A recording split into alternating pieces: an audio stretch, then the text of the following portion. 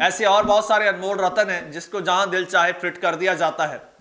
تو میرے خیال میں اگر اسی طرح سے یہ سب کچھ ہونا ہے تو پھر یہ پاکستان میں جو الیکشن کا ڈھونگ ہوتا ہے جس پر اربوں روپیہ خرچ ہوتا ہے عوام کا، اور پھر عوام کو اپنا ووٹ دے کر پھر اس کا حق لینے کے لیے، ووٹ کی حفاظت کے لیے پھر ذلیل ہونا پڑتا ہے، عدالتوں کے دھکے کھانے پڑتے ہیں، تو اس سے بہتر ہے کہ یہ سارا جھنجھٹ کرنے کے بجائے ایسے دو چار اور انمول رتن ڈھونڈ لیے جائیں جہاں دل چاہا ان کو فٹ کر دیا۔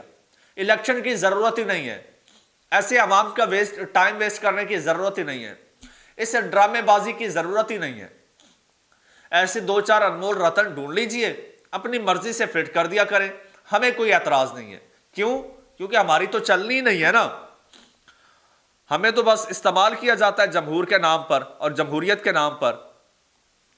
تو یہ جناب یہ انمول ہیرا ملا ہے پاکستان کو، اور ایک بار پھر جو ہے یہ انمول ہیرا اب یہ ہمیں سرو کرنے جا رہا ہے سینٹ میں۔ اچھا، اس کے علاوہ جناب ایک اور خبر ہے، وہ خبر بہت امپورٹنٹ ہے۔ مریم نواز صاحبہ پنجاب اسمبلی میں خیر سے قدم رکھ چکی ہیں، وزیر اعلیٰ پنجاب بننے جا رہی ہیں۔ اس سے پہلے یہ نون لیگ کی خواہش تھی اور یہ پلان تھا کہ حمزہ شہباز کو وزیر اعلیٰ پنجاب بنایا جائے۔ حمزہ شہباز نے پنجاب سے الیکشن بھی لڑا اور ایم پی اے کی سیٹ بھی جیتی، لیکن مریم نواز صاحبہ کی جو لابی ہے وہ زیادہ طاقتور تھی، وہ جیت گئی، مریم نواز صاحبہ جیت گئی اور حمزہ شہباز کو آؤٹ کر دیا گیا۔ مجبوراً حمزہ شہباز کو اپنی ایم پی اے کی سیٹ سے استعفیٰ دینا پڑ گیا ہے۔ پی پی 147 لاہور کی نشست سے وہ جیتے تھے اور آج انہوں نے استعفیٰ دے دیا ہے کیونکہ اب ان کی امیدوں پر پانی پھر چکا ہے۔ مریم نواز صاحبہ وزیر اعلیٰ کے لیے کینڈیڈیٹ بن چکی ہیں، اور صرف حمزہ شہباز تک بات نہیں رہی، اس کے علاوہ بھی کچھ لوگ تھے جو کہ سی ایم کے کینڈیڈیٹ تھے، اور ان میں آئی پی پی کے علیم خان تھے۔ علیم خان وزیر اعلیٰ پنجاب بننا چاہتے تھے لیکن ان کی امیدوں پر بھی پانی پھر گیا، اور شہباز شریف صاحب تھے۔ خیر شہباز شریف صاحب کی تو ویسے ہی سیٹنگ ہوگی وفاق میں، لہٰذا انہوں نے پنجاب کی سیٹ سے استعفیٰ دے دیا ہے۔ اور بات یہیں پر نہیں رکتی دوستو، ان کے علاوہ احسن اقبال صاحب فرام نارووال، انہوں نے ایم پی اے کا الیکشن لڑا تھا اور وہ خواب سجائے بیٹھے تھے وزیر اعلیٰ بننے کے۔ احسن اقبال کے ساتھ ساتھ رانا تنویر صاحب جو ہیں، انہوں نے پنجاب اسمبلی کا الیکشن ہی وزیر اعلیٰ بننے کے لیے لڑا تھا۔ اس کے ساتھ اویس لغاری صاحب ہیں، وہ بڑے پکے اور بڑے مضبوط کینڈیڈیٹ تھے وزیر اعلیٰ پنجاب کے۔ تو یہ جو سارے لوگ ہیں، ان کو یہ احسن اقبال صاحب ہیں، رانا تنویر صاحب ہیں، اویس لغاری صاحب ہیں، ان تمام انکلز کو مریم نواز صاحبہ نے پنجاب اسمبلی سے نکال باہر پھینکا ہے۔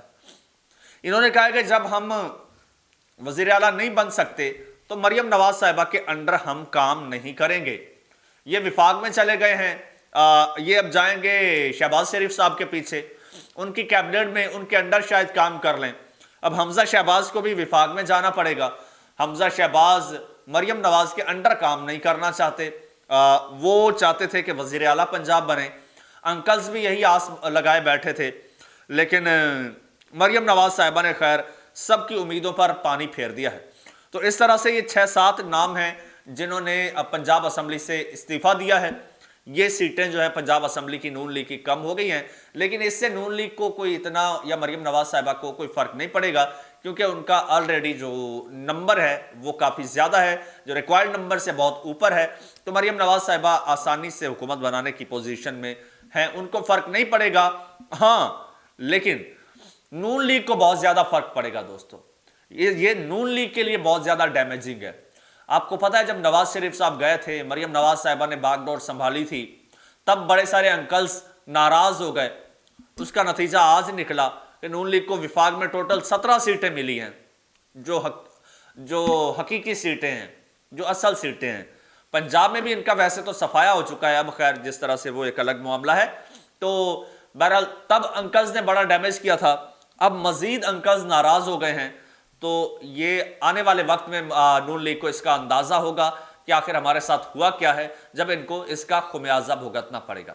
دوستو کمنٹ سیکشن آپ کے لیے ہے، اس میں اپنی رائے کا اظہار کیجئے، چینل کو سبسکرائب کر لیجئے اور گھنٹی کے بٹن کو دبا دیجئے۔ ساتھ ہی مجھے اجازت دیجئے، اللہ حافظ۔